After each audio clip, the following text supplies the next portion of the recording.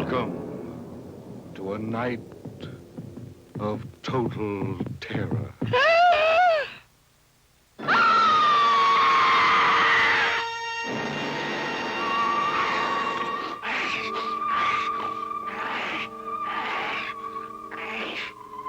Night of the Living Dead.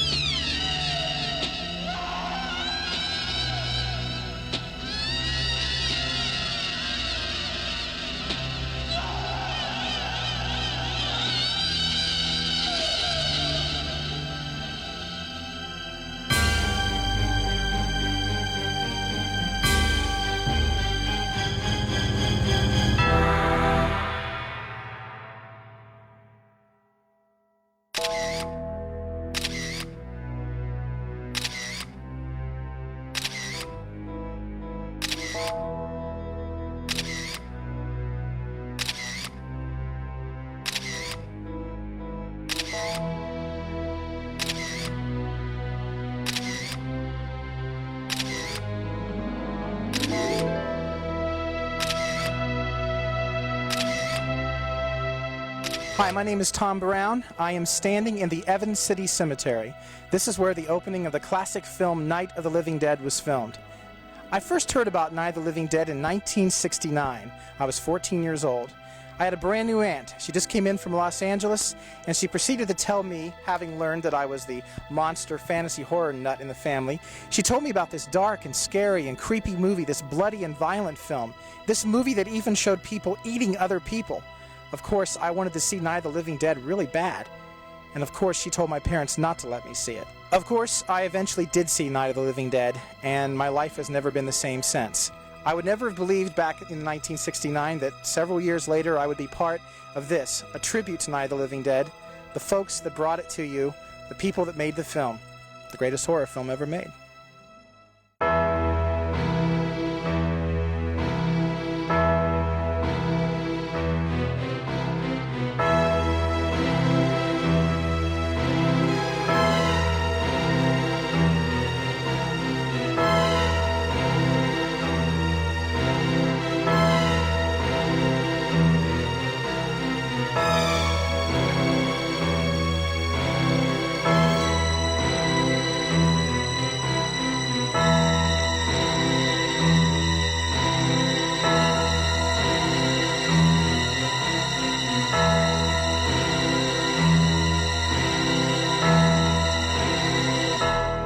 How did the Night of the Living Dead come about? George and I were having lunch in a tavern around the corner from the late Dimage Company where we all worked. Remember? We were in Sam Rini's eating grilled provolone sandwiches and sipping beer with Richard Ritchie and complaining about the commercial jobs that we lost, how fickle the advertising agencies were. And I turned to you and Richard and said, what if we get 10 of us together, just the people that work at Latent Image and a few of our friends, and just get 10 people, and each of us kick in $600. Even if we have to borrow the money, we'd have $6,000. We should be able to make a movie on that, or at least, you know, get it down to a work print. Shoot it in 35, print it in 16, and we should be able to do a better movie than those things with rubber masks that we've all seen. And I like those things.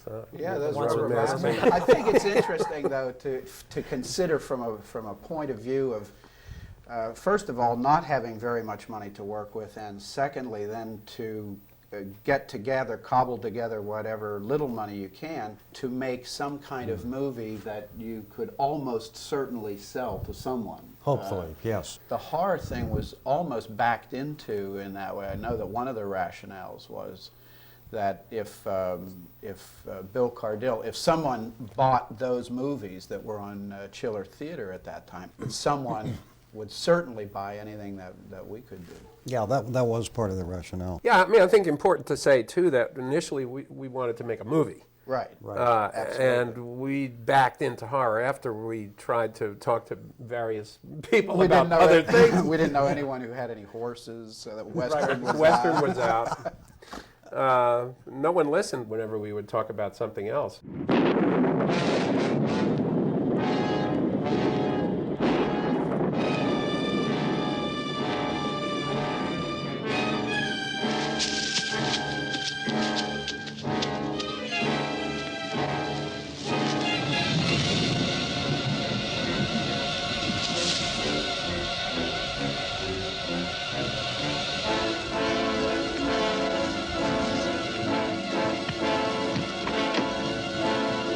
And why didn't we shoot in color? Who wants to explain that one? Well, we did talk at one point about converting to 16 millimeter color, but then decided, Wasn't it essentially the fact that we couldn't afford initially color? it was, but Oh. I don't think ultimately that was, because then when we raised the extra dough, I mean, unless I'm remembering it wrong, wasn't there a point where we decided, well, all we'd have to reshoot is a little bit of stuff and we could switch to color 16? There were a number of considerations like that that eventually somehow got committed out of the production. Shooting a different ending, you know, was the ending too much of a downer? Oh, yes. There were a couple of right. instances. Oh, that like was that. long after. Yeah. That was even that was well after that. when Russ and I drove to New York with the first print in the car, and the first people that looked at it were Columbia. It was Columbia Pictures, and they wanted us to change the ending, and we did, you know, sort of bravely say, "Get out of my life" to a couple of people. Are you people crazy? Right. Then about 6 months later, we were calling them back and saying, "Can we make a deal?" How would you like that ending changed, The sir? lady holding the torch. We've thought about it. We talked it over with our friends, and yes, we'll do anything you want.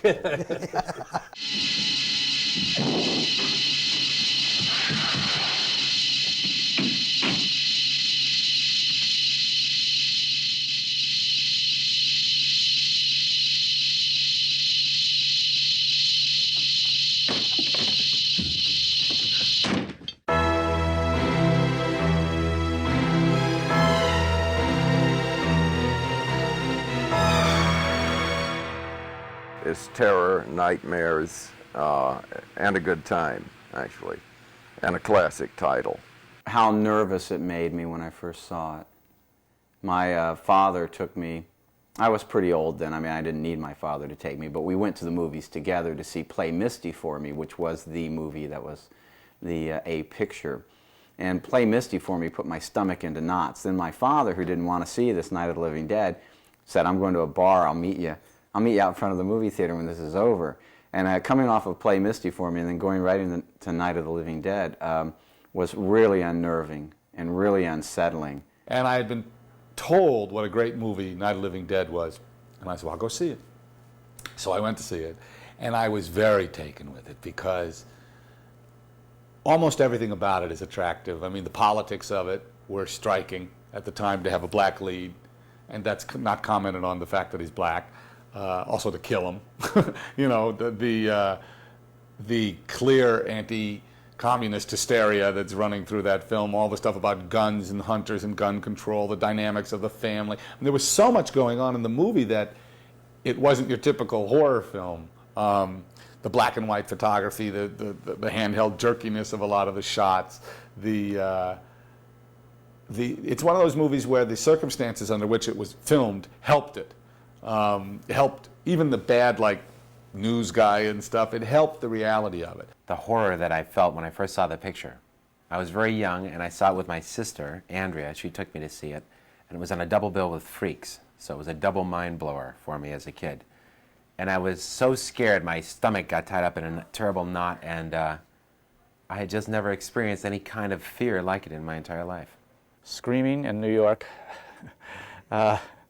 When I very first was thinking about making a scary movie, I was just in New York learning the film business, and was still working on my first very preliminary films as an assistant editor when I was dragged by friends to go see Night of the Living Dead at the Waverly down on the Lower East Side. And I really thought it was kind of a stupid idea. You know, I was not somebody who set off to make scary films, so as far as I was concerned, they you know, were something that I had not seen much of and were probably pretty dumb. And instead, in the first 3 minutes, I found myself, along with everybody else in the audience, screaming and laughing and jumping and cringing, and realized that you know, a scary film could be a lot of fun and very stylishly made, and even have a you know, some sort of a political underlying statement behind it that was you know, made you think a little bit. Actually, I was thinking about this because I knew you were going to ask a question like this, and what reminds me is when I was about like 8 years old, because I grew up in the Bay Area, and there was this TV show called Creature Features, hosted by Bob Wilkins from this Oakland station, and it was the horror movie show that they had on Saturday nights. And on the opening of the show, they had like clips from all these horror films, but the one that scared me the most was from Night of the Living Dead. And it was the part when they go up the stairs and they find the body that was devoured, and there's that big zoom in on the face. And that every time it's like the credits would come on and that big zoom in came in. Whoa, I almost fell backwards. And the big zoom would come in, and I'd always just basically shit my pants right there. I don't know. That always just scared me. I also was greatly encouraged by it because it was a regional film. It was made by a bunch of guys in, you know, Pennsylvania, and I was thinking, gee, that's kind of neat. And my first film, Schlock, which I made in L.A. for $60,000, I was encouraged because I said, well, if they can do it, you know, I mean, guys, let's put on a show like Judy and Mickey, you know, get the money together. But the movie really struck me mainly because I thought it was really scary. And even now, I think there's power in it. There's scenes that are just so cleverly, I mean, I don't know if it's designed or happenstance, but for instance, the father of the family, you know, they have the fact that he's such a jerk. He's right, by the way. I mean, at the end of the movie, you realize he was right. He was right, you know. And the image of the daughter eating the mother, you know, it's like, ah! I mean, there's just stuff in that picture. To have the lead, similar to the way Hitchcock killed off Janet Leigh, I think even bolder is to have your lead go catatonic. I mean, there's just it's a movie that surprised and kept surprising. I was watching TV late at night, and I remember this movie coming on. I can't remember, I was very young, and I was 11 years old actually. And I remember watching the movie on TV late at night, and when it first came on, in the car driving up the road in black and white, I knew I was in store for a pretty spooky movie, because just the whole tone from the first frame just pretty much gave me the heebie-jeebies. Well, while he was having his diapers changed, I remember having many a sleepover with several friends. We would stay up and watch the film, you know, whatever creature feature it was on, and we'd have popcorn and get really scared. And I remember not being able to go to sleep at night. Gritty black and white, noirish, evil, insidious, basically horror, I think, would be the one adjective used to perfectly describe.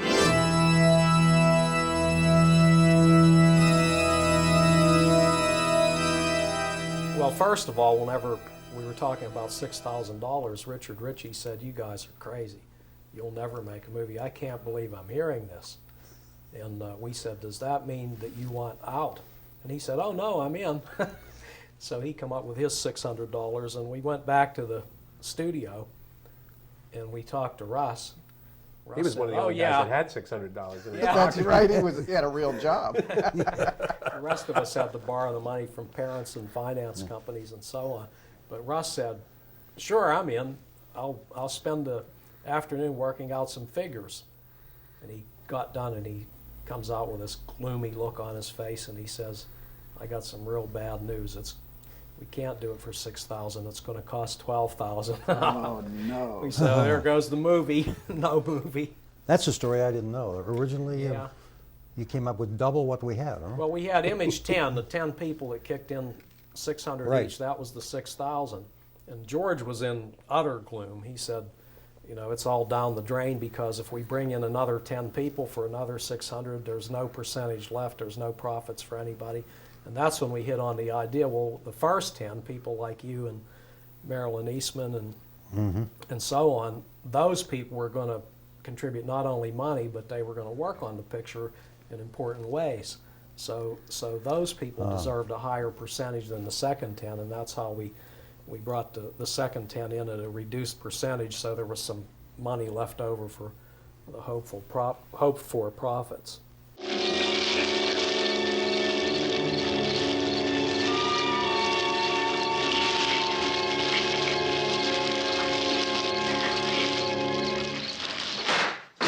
I mean, it also have to say that by the time we were done, it cost more than $12,000. Oh yeah. Yeah. 114,000. Yeah. 114? Yeah, with the deferments. But the amount of cash was like around 70. Yeah, between 60 and 70 somewhere, which is still, I mean, bargain basement. Even $1967. That's still pretty unheard of. Dirt cheap. Also important to say that you can't just raise $6,000 and go out and make a movie. I mean, we had equipment and know-how, and between us, between your equipment, our equipment, we had two separate companies. We didn't have to go rent stuff. We knew how to use the stuff. And you guys did the makeup. I mean, half the staff, half the production credits are represented here now in these four people. And there were true. four other people that did the rest. And then there was a lawyer. And one of the guys was a lawyer. Well, it was like the very week that we bought our first 35 millimeter camera was the week that we were sitting there in the bar, and now we had everything we needed, including the camera. And that was a used camera, wasn't it? It was a used, right. a heavy 80-pound blimp 35 millimeter camera. That remember the burden that it was? Yeah, very well. Just setting up shots and getting the matte, the lenses in that thing, and just transporting it from one area of the house to the next. That's a recollection. Although the equipment was clumsy and awkward, at the time there was so much energy, you hardly don't remember it as being an encumbrance. It was our stuff.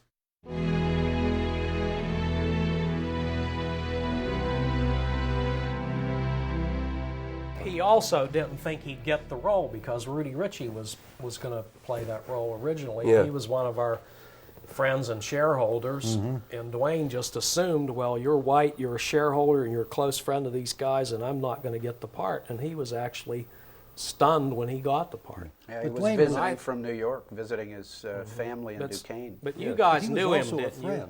No, Mary Ellen knew him. Mary Ellen Hawley knew him. So he was a friend of a mutual friend. Yeah. I see, okay. I think it wasn't until when he did his big table scene that, ripping the table apart and all that, which was his big speech. And there was this big catharsis that day when he suddenly realized that all of us were pulling for him and we were all in this together. Yeah. And up to that moment, he still felt like an outsider. Maybe. Yes, he did. Yeah. And that was after that, he just collapsed in tears and went around shaking our hands and hugging us, and he realized that white, black, or whatever, we were right. all At first, he thought he would never get the role, and then he thought, was he being exploited to something? I mean, he went through all those changes exactly, and then finally realized, hey, we're just making a movie, or we're all sort of trying to, you know, get this. Yeah, the color Good, didn't right. have anything to do No. with it. No, it That's didn't. the simple No. fact of it. Repeating this latest bulletin just received moments ago from Cumberland, Maryland, civil defense authorities have told newsmen that murder victims show evidence of having been partially devoured by their murderers. Medical examination of victims' bodies shows conclusively that the killers are eating the flesh of the people they kill.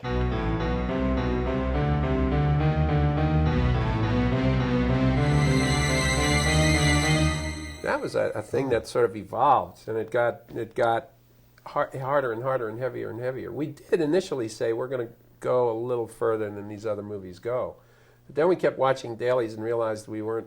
Maybe we could go another inch. Maybe we could go another inch. In the end, the last shoot that we went out and did was almost specifically to. We were filling some plot points too, but we went out specifically to get a few more graphic shots. I mean, you look at the film now, and it looks really tame. Oh, compared with what's compared with Well, we knew that available we since? had to be Sure. iconoclastic with the picture. We figured maybe nobody would want to distribute it, and we'd end up carrying it by hand to the various drive-in theaters and selling it that way. So we wanted to make sure it would get noticed. So we were always breaking new ground intentionally and forcing the picture into more daring areas than other films had gone. One of the things that, speaking of the gore, that led to what we did there was the fact that one of the people involved, Ross Harris, had a chain of meat stores. Butcher shops is what they're called, meat stores. Butcher shops. And Ross went out to slaughterhouses and bought product. And he said, listen, I can get entrails, I can get livers. He said, I can get anything you want from when I go to the slaughterhouse. And he made good on his promise, and that's why we, one of the reasons we went that way. It started a whole subgenre. Little did we know. Yeah. That's right.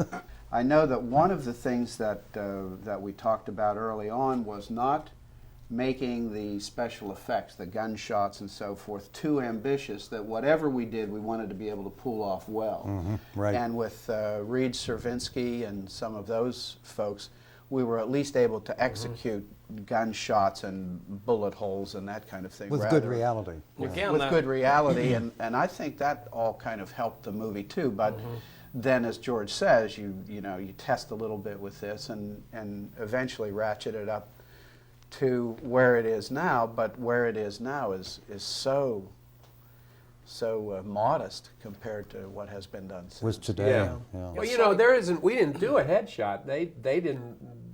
They refused to do squibs on the head. Yeah. And so every zombie that gets shot in the head gets, you see the reaction, and then you cut to an existing makeup that's already there. Yeah. The only squibs are on the body. Right. Yeah, I think the first one we did that way was Richard Ritchie. Right. At the window. At the window. And he gets shot in the head. The back of the head. Right. And that was because he was one of the investors, and he had no choice but to put a squib on the back of his head. And that's a good point, Russ. You mean there's a squib on his head? Yeah. I really must not have been around. When he was wrestling. I thought we did some sort of a gizmo on the front of his head that wasn't really a squib. The reason you forgot that it was there, and I forgot too until Russ just mentioned it, we had a thing on the front of his head, but we shot the squib, but it was too dark and it never really registered. Right. You barely see it. But the thing I was, like Russ mentioned before, about investors helping us go into new areas where, Vince Servinsky's brother Reed came in as an investor and turned out to be a fireworks specialist. And just like Carl's friend, Ross Harris came in and furnished the I'm a specialist parts. with entrails. Here yes. comes Vince and Reed, and because of having them there, we were able to do the demolitions and the squibs, which we really didn't count on going in.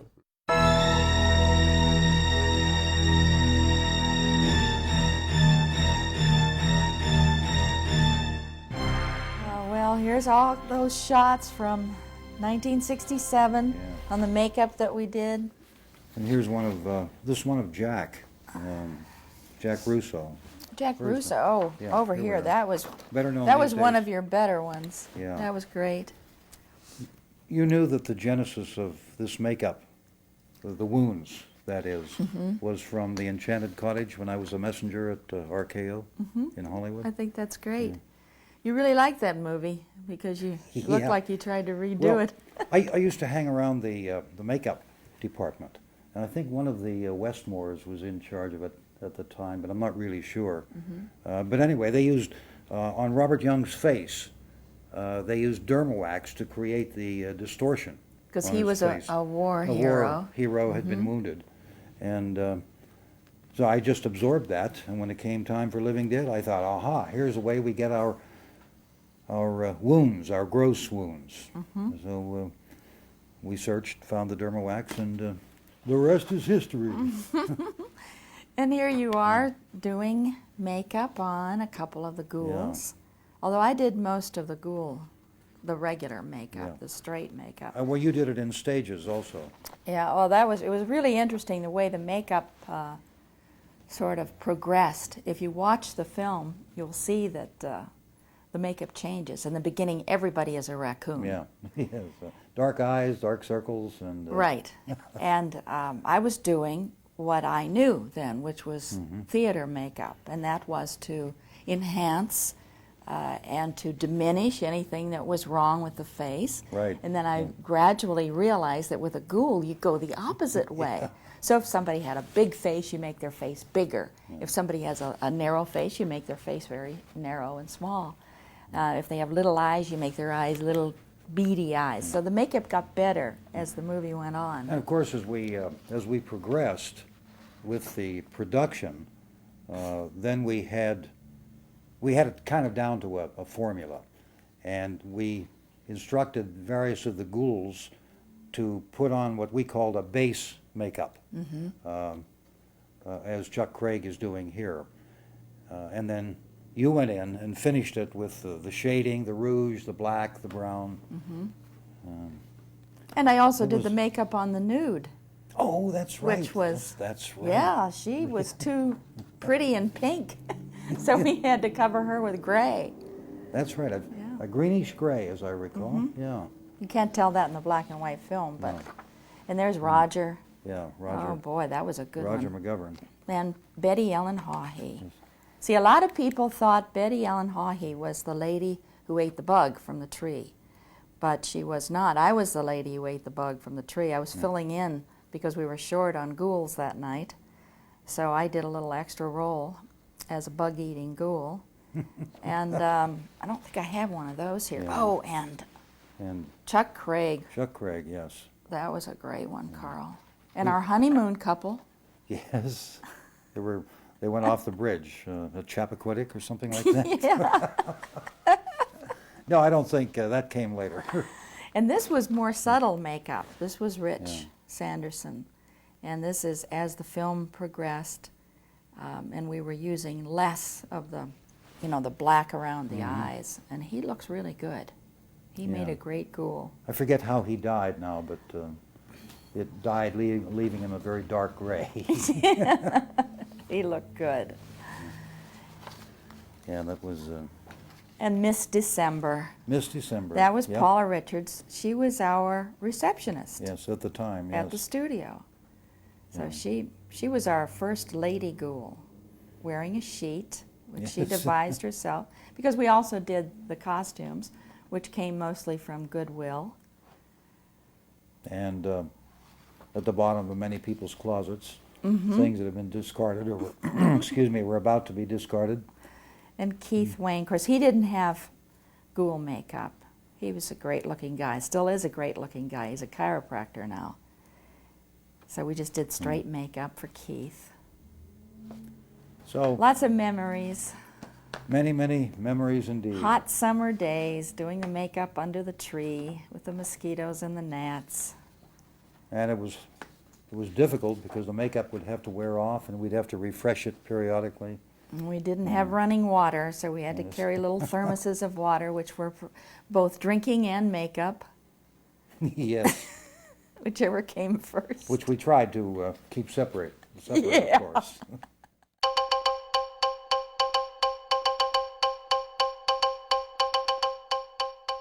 The whole newsroom environment was created at your recording studio. Hardman Associates.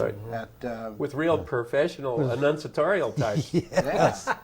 And it looked good, you know, because we had that big control room deck that looked down into the studios on both sides.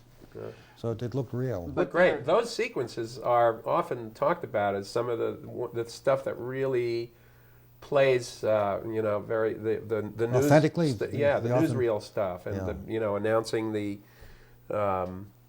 rescue centers and all that. And Chuck Chuck write his own copy? I mean, he was a news guy, and he wrote his own copy. Chuck Craig, that's right. It has been established that persons who have recently died have been returning to life and committing acts of murder. A widespread investigation of reports from funeral homes, morgues, and hospitals has concluded that the unburied dead are coming back to life and seeking human victims. The thing about the names of the towns at the bottom of the screen was another attempt on our part to make sure that maybe the picture would attract some attention, because we picked real towns in the Pittsburgh area, thinking, you know, well, people that see Clairton up there or McKeesport, Glassport, they're going to talk about that and get us some word of mouth. I don't know if it worked, but we were calculating every single shot that we could. Didn't work real well in Indianapolis or Chicago. No, they hated it there. They didn't know any of the names of the towns.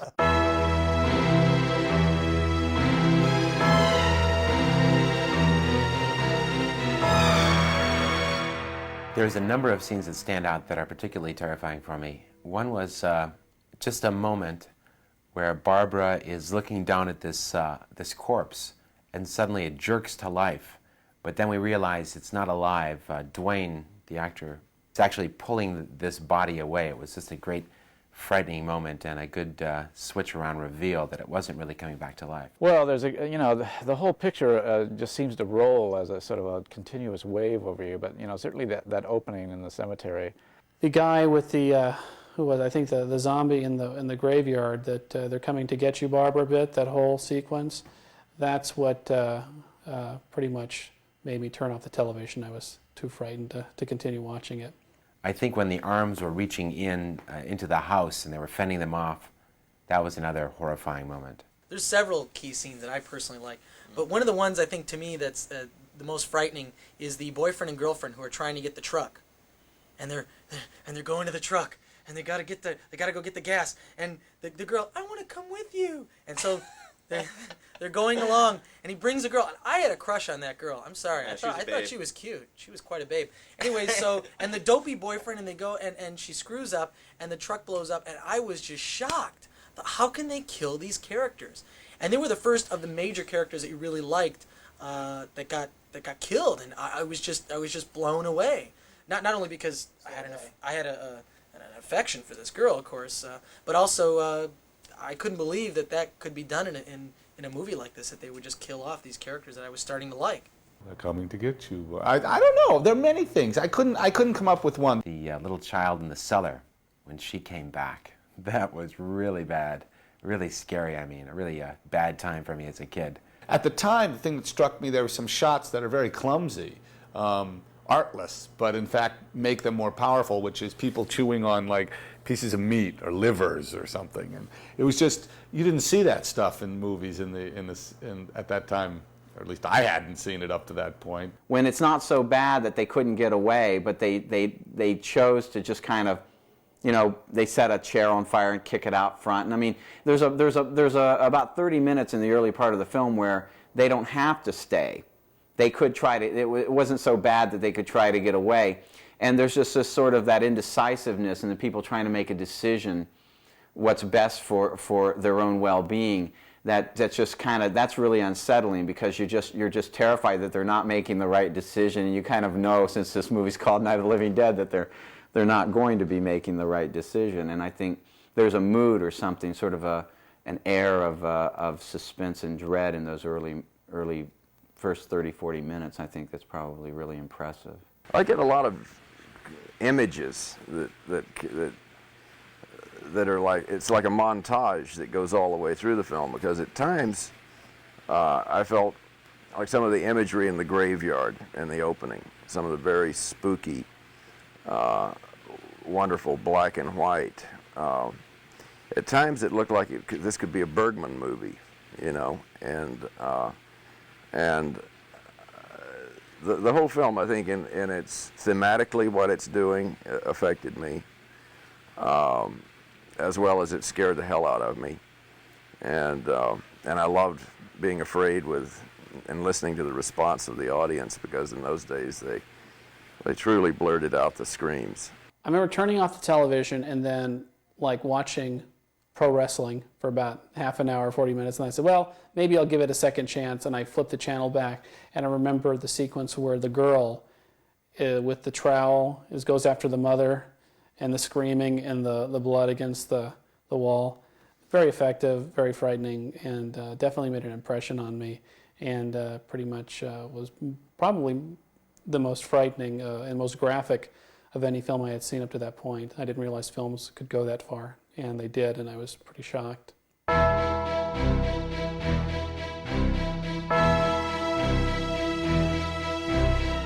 I'm sitting here, Carl, looking over your shoulder and wondering, tell me, could it be that that's the coat rack? This is the coat rack with which I, want to touch it, anyone?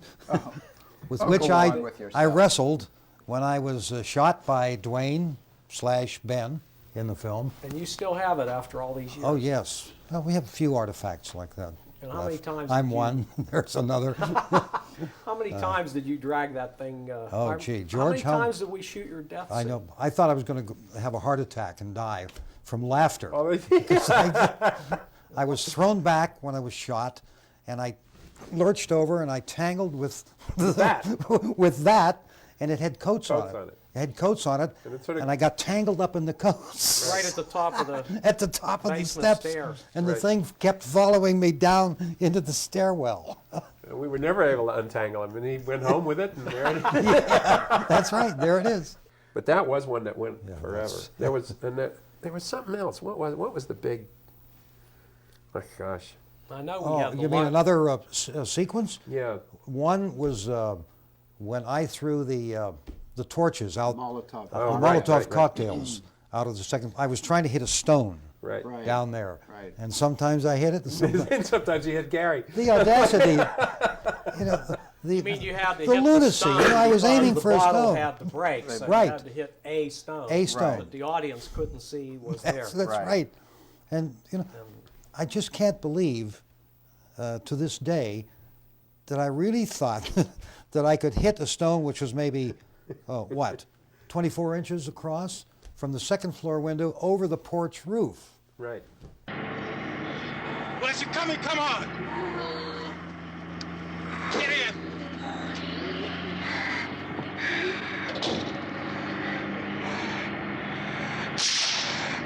I remember George and I sitting around the night before, and I said, George, you know, Carl threw all those Molotov cocktails out the window, and there are all these zombies that are supposed to be weak and slow moving, and yet none of them catch on fire. That's ridiculous. Somebody has to catch on fire. You, Jack. Who's going to do it? I said, Where is well, Jack? I will. Great idea, Jack. Yeah, good idea. Jeez.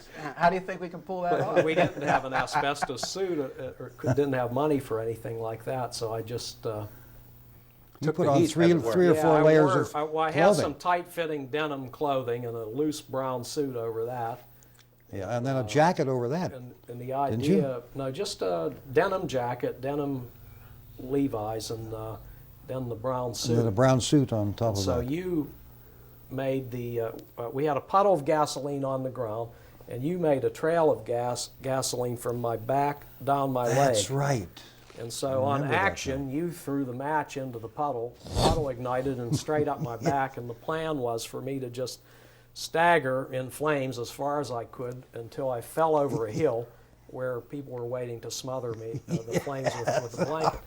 And I just went until I felt my hair burning. Just keep on going until and you everybody hear George say cut.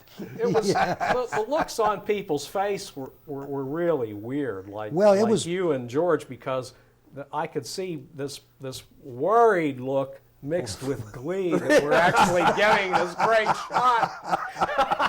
I still have that. I still get that weird look on my face anytime I see a person on fire.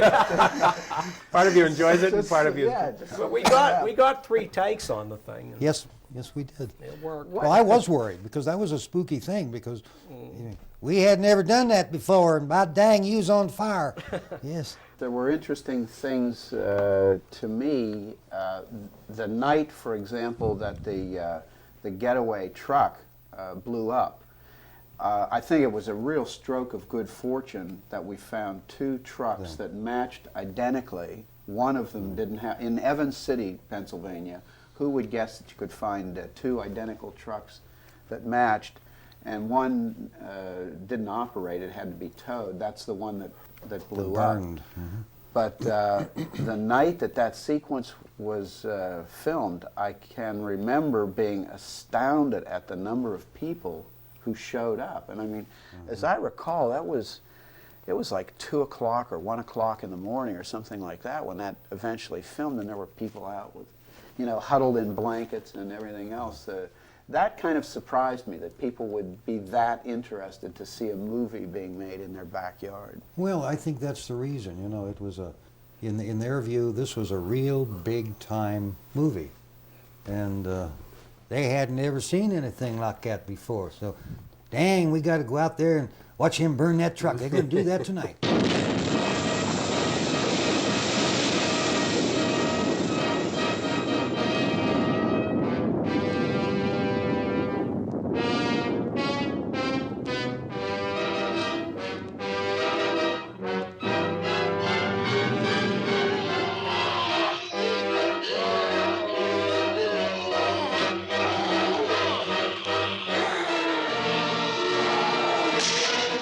One of the really unpleasant things that I recall was the sanitary facilities, which were non-existent. They're There was non-existent, an yeah. outhouse, and there was That's a for pump, sure. wasn't there? Right. And you had to, if you wanted to use the John outhouse, you had to carry a bucket of water with you. We used to carry 50-gallon or 30-gallon garbage cans full of water from a place about 100 yards away and down a hill. That's right. Yeah. And then we'd fill the back of the commode so that when you hit the handle, something would be in there.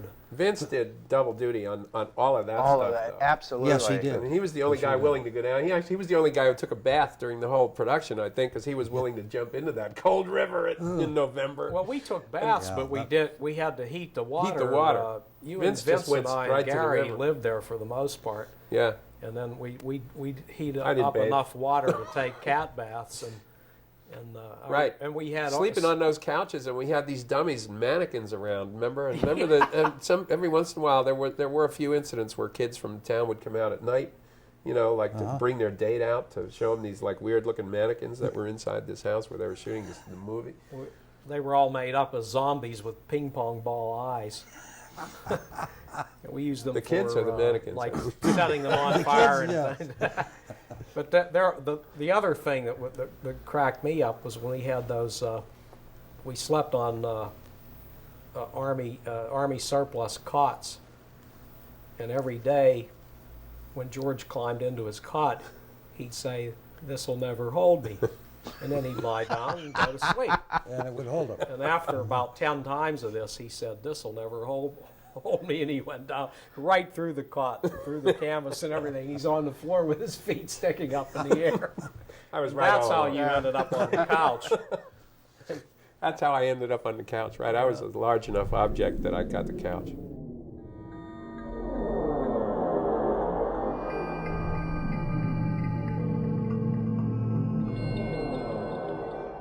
This is the original disc, one of the original discs from the soundtrack. Mm-hmm. But we did so much to them, to change them, Yes, to alter, electronically change them. We changed the speed. We used a feedback echo. That's from the playback head back to the record head, and then we also used the echo chamber, the real live echo chamber. And this music, even in 1967, was very old, because when we reported the use of this music to Capitol library, they wrote back and said, "Where did you get those discs? They're so old. After you use them, please return them to us." That's right. That's right. I've Because forgotten that. the composer or whomever was supposed to get royalties from it had long died, and they didn't have any way of handling. So it's old. But anyway, we did modify the music greatly, and the initial, this is probably interesting, the initial selection of the music tracks was up to us. George Romero said, "Why don't you pick some discs, something that you feel might fit, and make a collection, and then we'll listen to them." And we gave him the final decision on what to use and what not to use. Now you'll hear... ZR2. That was the voice of Capitol Records Music Library, identifying the cut. At any rate, then George came up, we all listened to the stuff, and he said, "I like this, this, this, and this." And then we proceeded to modify the music, to add echo and do the things I said before. The music is, I think, is a big contributor to the feeling of Living Dead. You know, that kind of gothic, Yeah, it is. old-fashioned terror.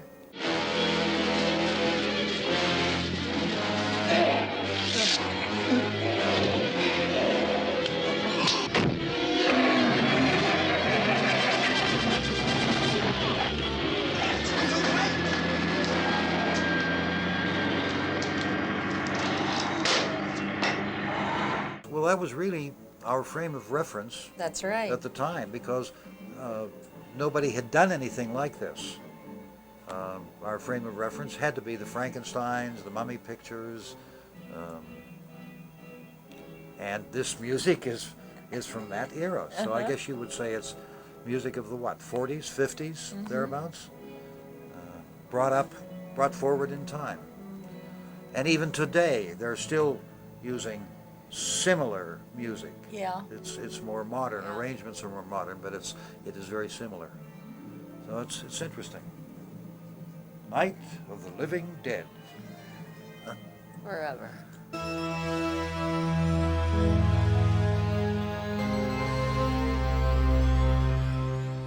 I think it was kind of interesting also, the lucky coincidence of the finding duplicate trucks, but also the finding a place, finding a house.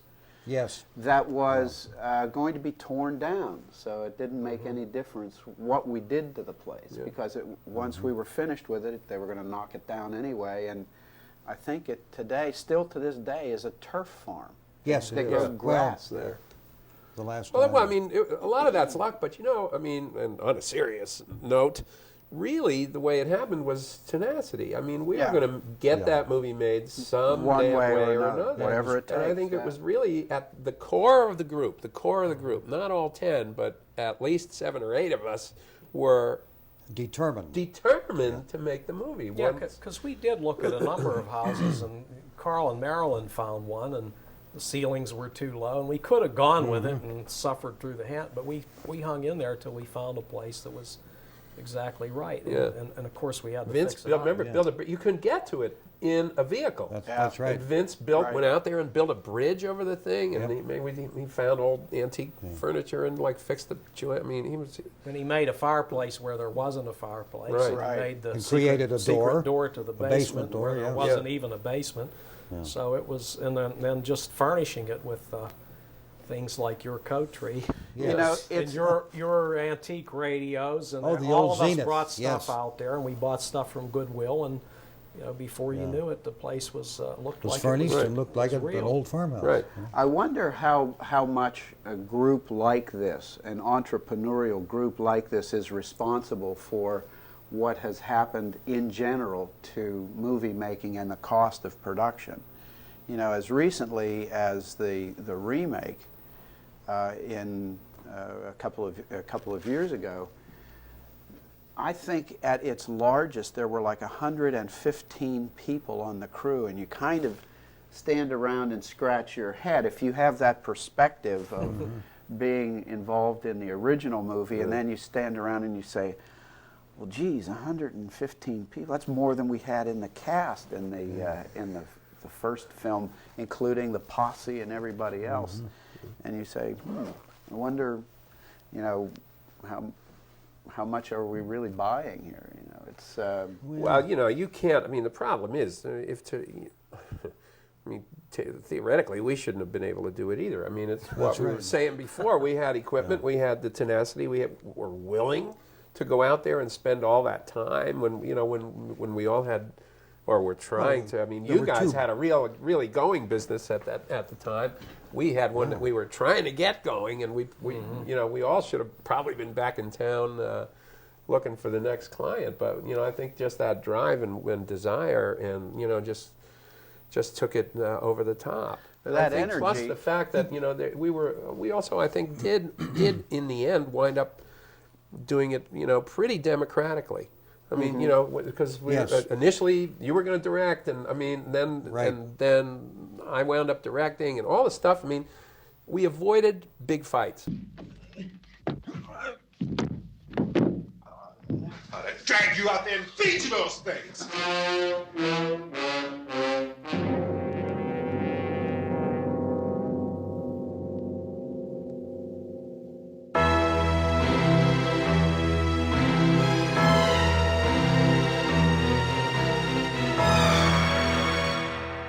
Well, it had a profound effect on my life. I'd made a film called Eggshells. It was my first feature-length film. It was about the disintegration of hippiedom, and the troops were coming home from Vietnam. And the film played the art house circuits. Didn't get many play dates. And so a friend of mine suggested I go to the Student Union to see the 16mm print of this film called Night of the Living Dead. And I went, and the response from the audience told me what kind of film, the genre that I should get into, how I can make a low-budget film without stars or, you know, or a great deal of money that it was accessible to me. And so as a result of seeing that film, and with that sophisticated audience, I decided to do a horror film. And it was, I don't know, it was some months later, I guess, that the Chainsaw, or that the story that became Chainsaw evolved. Because it was the scariest movie I'd ever seen, when it came time for my partners, Robert Tappert, Bruce Campbell, and myself, to make our first horror film, we drew upon Night of the Living Dead a great deal, and it influenced our movie Evil Dead quite a bit. In Night of the Living Dead, the horror all takes place in one deserted farmhouse, and so we also decided that's a good and cheap place to make a picture.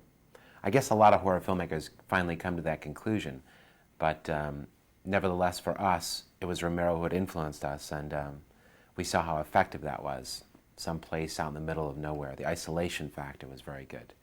So the location was influenced in our film by Night of the Living Dead. The regional filmmakers seem to be making the most cutting-edge horror films. Well, maybe that's a contradiction in terms, for the simple fact that all horror films, to be any good, have to be cutting-edge, because everybody is trying to push the envelope when it comes to horror and shock and mood and just the whole avant-garde and the whole rebellious sort of filmmaking that happens in the horror genre.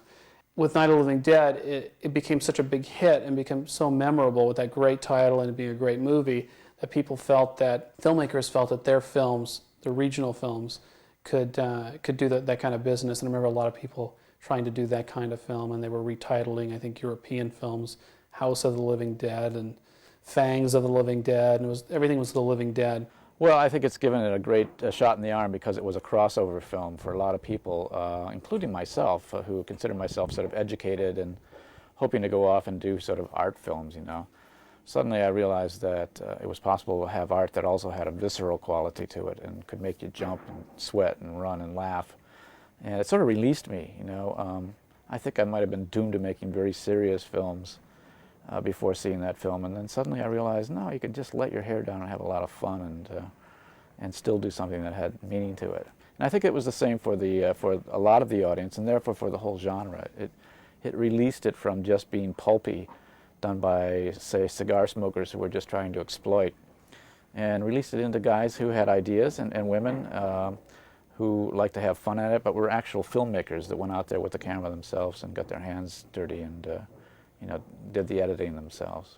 Well, in many ways, actually. I mean, I think that films can be influential for good and for bad. I mean, I made a movie called Animal House that was so influential that I think it was horrible. I mean, I kept thinking, do I get residuals from all these rip-offs and stuff? But I mean, it was so, and Night of the Living Dead inspired so many films. Plus, I think a lot of the makeup, Tom Sullivan did the makeup in our Evil Dead, and it is fairly similar to the very simple makeup that Romero went with on Night of the Living Dead.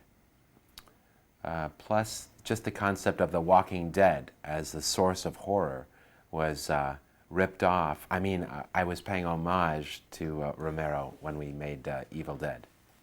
Well, I think everybody who was started out, and a lot of people have made zombie movies, I have made one, and I worked on one called Shockwaves, would like to capture some of that film in one of their films. I think we would all like to be able to generate that type of terror in our audiences, and I didn't do it. I did not achieve that that level, which I think just goes to show you that there's a lot more to the film than a bunch of actors stumbling up on a porch and trying to get through the window, because that same film seemed to be made with Vincent Price much earlier in Italy as Last Man on Earth, and even though that was very creepy, it didn't generate the same response. So I don't think just having a bunch of zombies lumbering around is going to do it. There was something more, there's something magical, and maybe it's a once-in-a-lifetime thing. Just in terms of breaking new ground, in terms of how far you can go with the gore, I can't quite name, there's so many films, almost too numerous to mention. I mean, films, the Evil Dead films, the Peter Jackson's Brain Dead, I believe. It's ridiculous. There are homages, and it's amazing. It truly is in so many ways, the impact that film has had.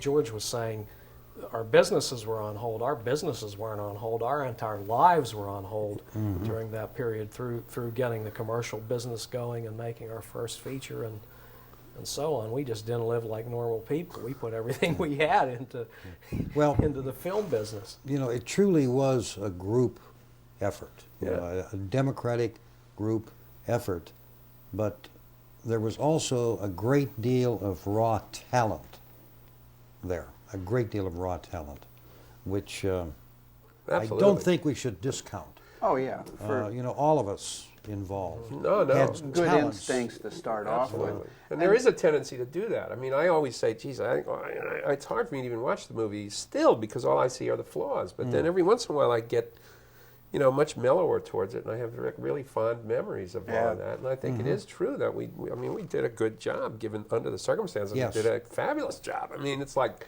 and the movie works. It does work, and you tend to forget that because you get critical of it, and you say, "Ay," and you start thinking of what happened, and this and that, and it should have been that, and but it works. They're coming to get you, Barbara. Stop it! You're ignorant. They're coming for you, Barbara. Stop it! You're acting like a child. They're coming for you. Look, there comes one of them now.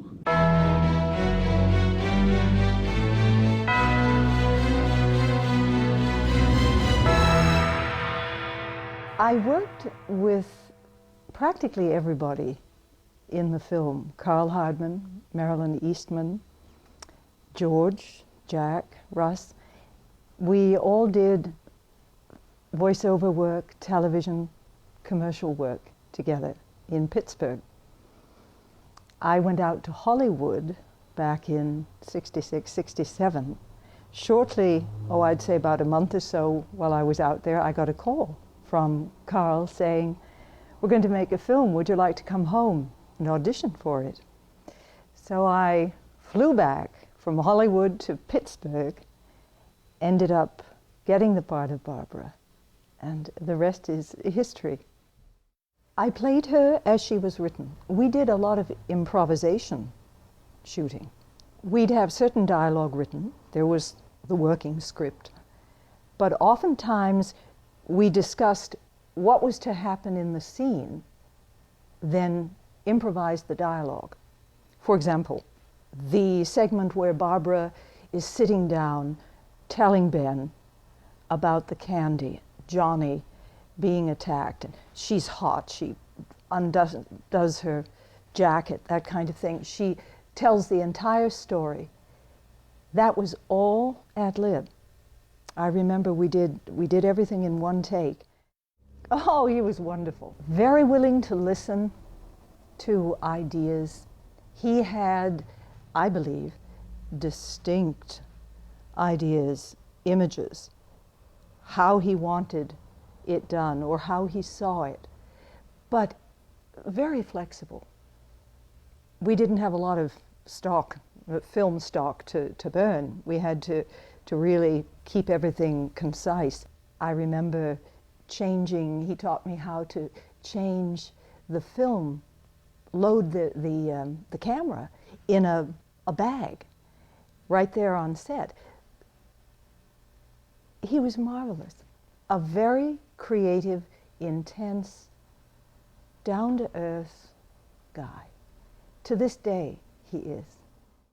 I was running to the gas pump. The gas pump we thought was firmly attached. George, again, was shooting up. He was kneeling down with the camera right in front of the gas pump. I came running into that pump, hit the pump. It was just sitting there. It wasn't bolted. The thing, heavy sucker, nearly fell on top of George, squishing the fella to death. But it was averted. We caught the thing. He wasn't hurt. Watching it at the premiere, I just marveled that all the takes that we did could be put together into something that, even though it didn't cost $1 million to make, said something, and it held your interest. There were some beautiful shots. When I say beautiful, you wonder how could it be beautiful in a horror film?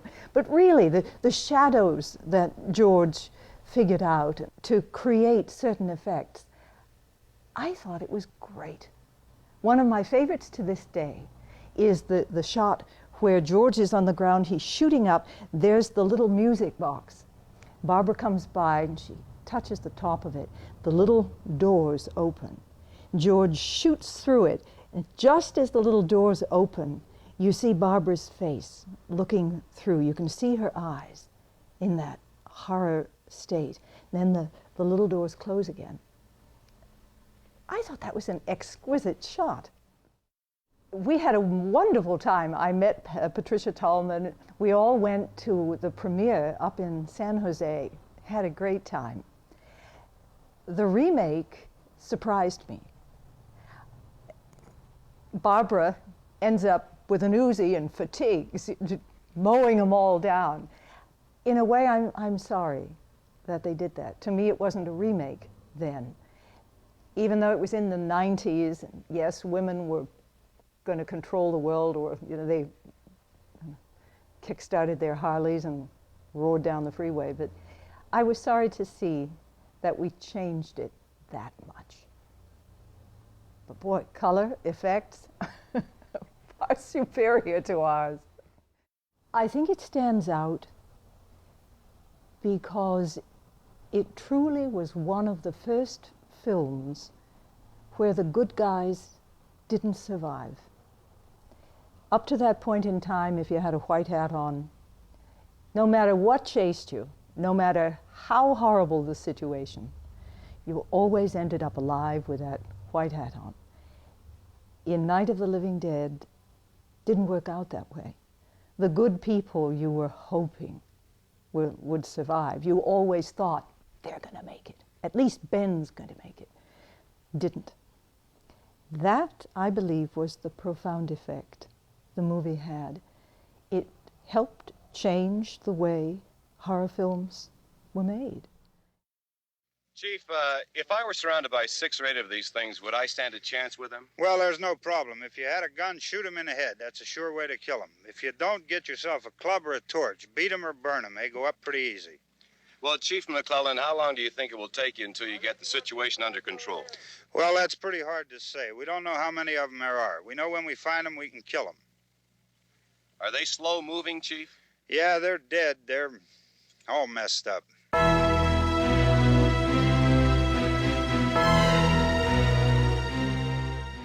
Well, they were really good days. They were deadly in many respects, but they were great. They really were great. I think it was I also... remember how many people really cooperated with us and came out, people from advertising, people that we worked with. I mean, there were hundreds Well, everyone... of people. The big days, those big days with the helicopter, the IIC, cooperation from IIC, and your friends in the biz and our friends in the biz that came out, painted, you know, the ambulance. I remember that ambulance. That was the first major prop that I was ever within 10 feet of in my life. Oh, and yeah. my God, it's whoa, check it out, man. This looks real. You're talking about the blue Mercury. Yeah. Yeah. That was Did I ever tell you the story of that? Yeah, I borrowed that car from a Lincoln dealer who's no longer in business. Can't think of the name now. Probably because of giving you the car. And then I think the story you're going to tell behind it. Well, you know, I probably did tell you, but it was Willard. Willard. Right, that's right. The town of Willard. Willard, I don't know. Anyway, the sign on, we had a black sign made. Right. No, it was painted right on the car. Painted on the car. It was painted on the car. Washable. That's why it looked so great. Paint. None of this. Took the car back. They removed the black paint, Willard, and it didn't disappear. There was a faint image of Willard. So they had to And this wind guy's up, name was not Willard, I take it. no, it wasn't. They had to wind up painting both sides of that station wagon, and they were really hacked. Yeah, they were not really thrilled. I didn't know that. Yeah, apparently something in the pigmentation of the paint left enough of a residual image that you're trying to pass this off as a brand spanking new car. But why does it say Willard on the side? Well, he said police department bought it, and then they never drove it out of here. And I think that there are little moments like that that we have all forgotten about that kind of make the that. Washington D.C. segment was almost the same thing where it was just like a pic. I remember it was like we a were picnic. all in We the got in a bunch of downstairs. cars and drove down there. And we were in we the shot down in downstairs 16, studio right? before that wasn't in the script to go to Washington. No, I know. And I'm we were trying to all- remember. We just jumped in the cars. We shot that with Eclairs, right? 16. Yes. Yeah, well, we shot Yes. with right. At the least Eclair so and we the have was it in shot the with an 16. Eclair? I don't Yeah, know. because it was going to go in the television, be matted into the television screen. So we figured we might as well shoot 16 and save some money. But we didn't. We started thinking, well, what can this sequence be? And we have a whole movie where people don't even come out of this farmhouse, and yet this is supposed to be happening on a national, if not worldwide scale. And so how can we indicate that? And I think I was the first person to mention, well, let's just go to Washington, D.C. Zap. Next morning, Carl Slap- had his car made up. Slap some flags on I don't Carl's know what car. you went through to do that. I wanted to go to Afghanistan, and no, it couldn't possible. Remember, Well, you you were had, always you a had a little big weird. Lincoln, didn't you? Yeah, Carl? you had the Lincoln. Yeah, and that they was put Carl's. the That was flags your on it. car. That's in the 65 in Lincoln scene, right? that looked great. The same car we went And, to the drive-in in, I That's think. right. Well, it had to be, sure. Well, then you had to make flags Had the because flags it had to made. be the general's car. Right. That, right. And I dug out my old Army uniform so Yes, I could you- be the you driver. were the driver. Right. And we got this rented Well, and somehow costume for the convinced general. Al to come down there with us. Yeah. We had trouble. Well, the whole impersonating an officer yes. issue did come up. That's right. Yeah, what are you doing? And we didn't have. well, we got this We didn't general. have a uniform. Well, because we wanted Could to not- be within sight of the Capitol. Right. Right. Not, I mean, that's the whole And, reason for going down there. So In we a, wanted that in a shot. restricted area, and somebody Well, the We didn't call security, the Washington cops either. I wonder how many security guard- we're fans. not going to call Pittsburgh police. Why would we call the Washington? I wonder how many people realize that's where George has a cameo. I was going to say, I wonder for the real trivia buffs, that's for a you. guy who touched every frame of the movie. It's the only scene in the movie that he shows up in. And we did that That's on right. purpose. You stick a microphone into the general's Yeah. face or into the Right. scientist's face. Remember when Dwayne walloped me with the board? Yeah. He walloped you. I was shooting. Yeah, and he he got swings whacked. this big wooden board that he takes. I think he's swinging it at you, I guess. Yeah, I think it's Or a is he? Carl- no, he's, Right. he's at the, Oh, It's he's when he knocks the rifle out of your hand. out of That's your right. hand. He Right. yeah. And I was down shooting, and I was handheld sort of on my knees, and I went like this, and he swung the board at you, and he got the camera. Bang! Which got me. Yikes. Really, Everybody got everybody into it. involved just got into it totally. Yeah. Well, it was before, the Chicago Sun-Times said to the world that we were bastards for Right. how low will people sink to make a buck?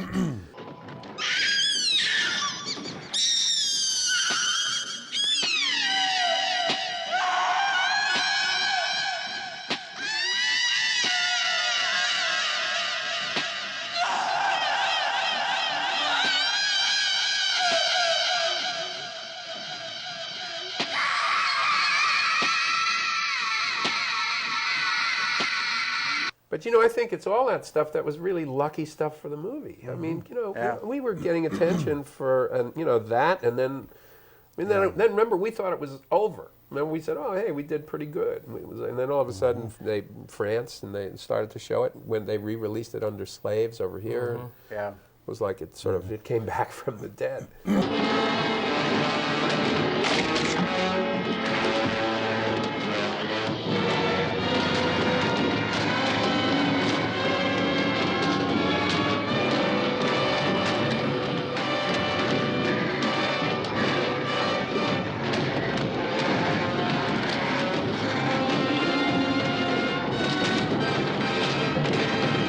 I remember when we went out in your big car and took a little, I think a jug of something to drink, and went out to a drive-in to see the movie. It was one of the most thrilling. I don't remember that. You don't remember? See, it's too late. I remember we went out in your car to a drive-in to watch this movie, and this was our movie on a real drive-in screen, and we didn't have to run the projector. And there was.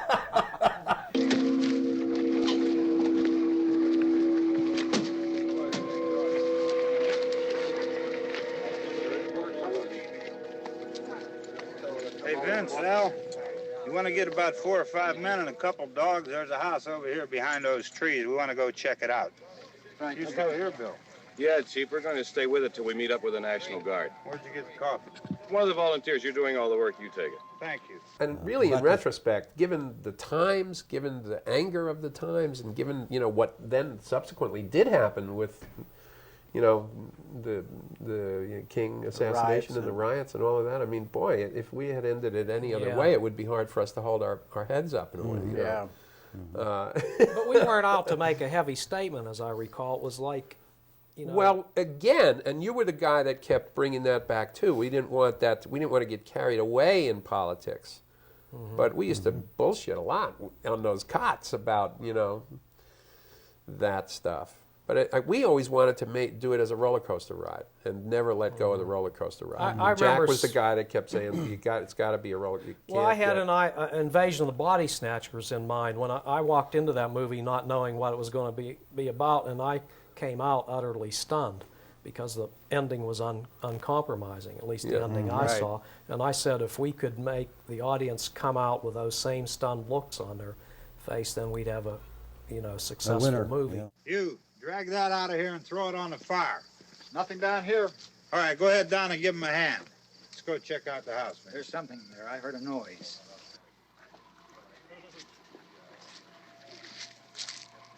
All right, Vince, hit him in the head, right between the eyes.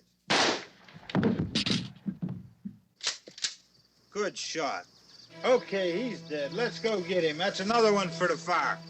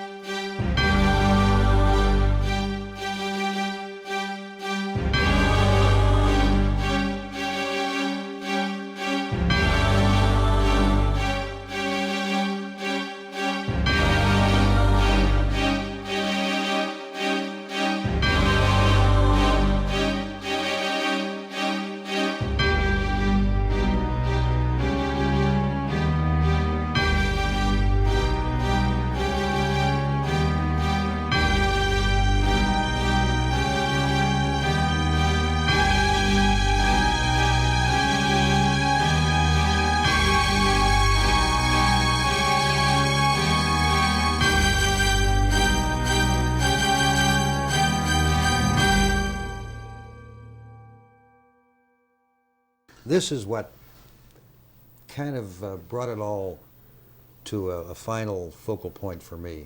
You know, being inducted into the Horror Hall of Fame. How much did that cost us?